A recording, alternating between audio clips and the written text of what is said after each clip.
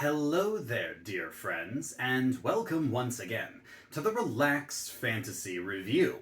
Today, we're continuing our series in the Tome of Heroes, wrapping up the stuff we find in Chapter 1. The Tome of Heroes is a third-party expansion for D&D 5th edition, which adds all sorts of cool stuff to the game. Races, subclasses, lots of stuff. And today we're talking about the final race that we find in the Tome of Heroes, the Shade.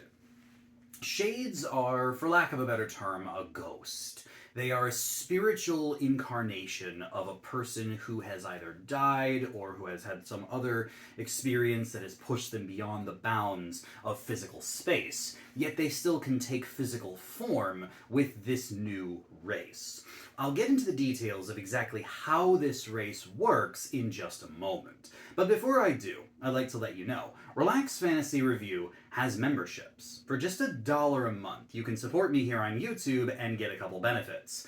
First, you get a little badge next to your name in the comments, letting folks know that you're a supporter. But also you get early access to my videos. I upload videos Monday, Wednesday, and Friday, and I upload them a day early for members only. If that interests you, you can click the join button just below the video down there. It's next to the subscribe button. I'd love to see you in the comments with your member badges. And if it doesn't interest you, that's totally fine. Just being here, liking, subscribing, watching the video at all is a great way to support me. So thank you for being here and watching my content here on YouTube. So a shade. The idea behind a shade is that you're supposed to have a prior race that you were before you became a shade. So it very much resembles the lineages that you find in Van Richten's Guide to Ravenloft. The Hexblood, the Dhampir, the Reborn. It really is kind of that sort of thing. You do start off with a standardized ability increase of a +1 to your Charisma, which is good. Charisma is one of the best mental stats in the game, so I say an 8 out of 10 for that. And then you get a +1 to any score of your choice as a shade, and that is also something that you can build around, whatever kind of character you want to be. So another 8 out of 10 for that. And then your final +1 has to come from the race you belonged to before. What this means is that you pick any race you like, really, and any ability score increase that you like. This means that, once again, there's some customization here that builds on the storytelling of your past. And these can come from different skills, but they have to come from the standardized scores. The Tome of Heroes was written when all races had standardized scores, which D&D doesn't really do that much anymore. I say that it's an 8 out of 10 kind of across the board here. It doesn't have any inherent abilities to give you a +2 in any stat, which is a shame.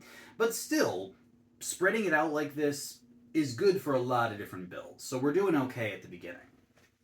Now, you do naturally have Dark Vision as a shade, even if you didn't beforehand. And Dark Vision's great. 60 feet of it is very standard, and when you have it, it is absolutely a 10 out of 10 trait. Creatures that don't have it wish they did. Then you have the Ghostly Flesh Power. This is something that you get at level 3, so you don't start with this, but you get it pretty early on in your career. You gain a Spectral Form. Once per long rest, you can activate this as an action, and it lasts for 1 minute. You gain a 30-foot flying speed, which includes hover. You can resist bludgeoning, piercing, and slashing damage from non-magical and non-silvered weapons. You also have advantage against grapple checks and saving throws, against being restrained. You can move through other creatures and objects, although doing so, if you end your turn there, you take a bit of damage. And basically you go ghost and allow you to move through stuff, and it's a very, very cool power. I think that it definitely is worth a 10 out of 10 because it's one of those powers that just this is the kind of thing you expect from a very high-level spell, but you have it as a racial power, and I'd say that it is incredibly strong, especially at 3rd level when you get it, so 10 out of 10. Then you have Imperfect Undeath. This is one of those things that is both a boon and a curse. Basically, you can be affected by the things that would normally affect humanoids, so cure wounds and healing word. The healing spells that only work on creatures that aren't undead work on you, which is nice. You don't have to worry about any of that stuff. But also things that affect undead get you. So if you have a disadvantage against specific saves because you're undead, you can be affected by turn undead from a cleric friend, that sort of thing. I think that those are some pretty severe nerfs to the race. I don't think that it is the worst thing in the world.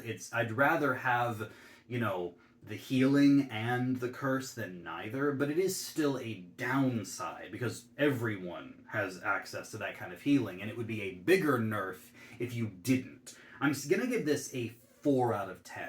I think that it is not the worst curse you can have, but I'd rather you just have access to the healing and not the curse, but whatever.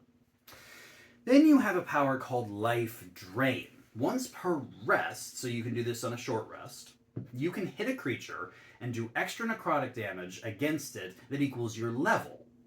Which is decent. It's a nice little mini smite that you can throw out. It's never going to be a lot of damage, but it's something.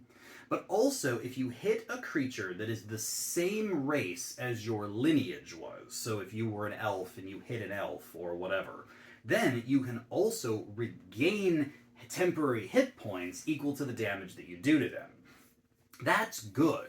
If you're the kind of creature that, you're the kind of player that likes to fight against, like, goblins and kobolds, and you were a goblin or a kobold, this could come in really handy. Obviously, if you're fighting monsters that you can't be as a player race, this isn't going to come up. But I think it's still a good power. It's extra damage once in a while, extra temp HP once in a great while, and I think that you could do a lot worse than this, and I'm going to give it an 8 out of 10. Then you have Spectral Resilience, and this gives you advantage against the poison condition and against disease, so you have a tough time getting poisoned or diseased, and you get resistance to necrotic damage, which, honestly, I feel like more undead monsters should have this, because how do you make something more necrotic than a dead creature or an undead creature? I think that this is a solid feature. It's worth 10 out of 10 to me because it gives you resistance against very debilitating condition and resistance to a damage, so solid. Now you may have noticed that I haven't mentioned size or speed or languages. That's because those are determined by your lineage. If you were a small or a medium creature before, you retain that. If whatever your movement speed was beforehand, you also retained that, which means that you can definitely grab faster speeds or climbing speeds or even swimming and flying speeds from your past self. And you speak Common and any other language that your race would have spoken. So yeah, there's a lot of selections here. For getting to choose effectively your size and your speeds, I'm giving that solid 10 out of 10. And for getting Common in any language of your choice, that's a 9 out of 10. Lots of good stuff here. It is incredibly thematic to be a shade, telling the story of what you used to be and why are you undead? Why did you go into this particular form? I think that the Reborn, honestly, did it a little bit better in Van Richten's guide, but this is a solid attempt. There's a lot here that really sells itself to the story, and that spectral form, Ghostly Flesh, is really powerful. I'm giving the Shade overall a 9 out of 10. I think they've got a lot of powers that are useful, a lot of customization, and there's good stuff here no matter what kind of style you want to play, especially since your ability score increases are customizable. I think that if you love telling stories of a creature that wants to do something after death, you could go Reborn, but you could also go Shade, and it wouldn't break the game at all. DMs, if your players want to continue playing a favorite character maybe after they died, throwing this into a campaign would not be a bad idea. It's not going to break the game, it's just a very good selection.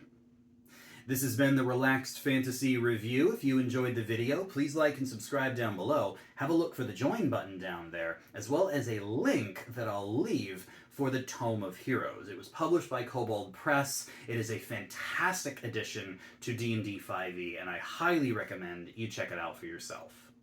Have a good one, my friends.